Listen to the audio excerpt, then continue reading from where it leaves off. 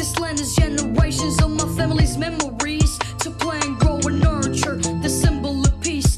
The olive trees guaranteed that our people could eat. Living with limitations, pushed down by the occupation.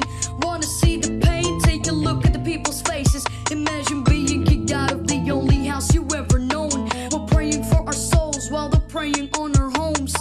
It's not easy to put this into words. Looking at my baby sister, is this something she deserves? Growing up in a world where she's not treated the same, denied the right to live free because of where she came. They wanna occupy this land, won't let them occupy my mind. I stay occupied aside as I write about my life, because my only mission is to make people listen. This one's for Sheikh Jarrah, hoping it can make a difference.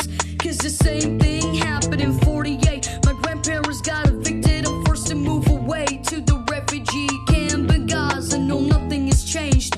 They can never return, so that's where I am today. Getting calls from cousins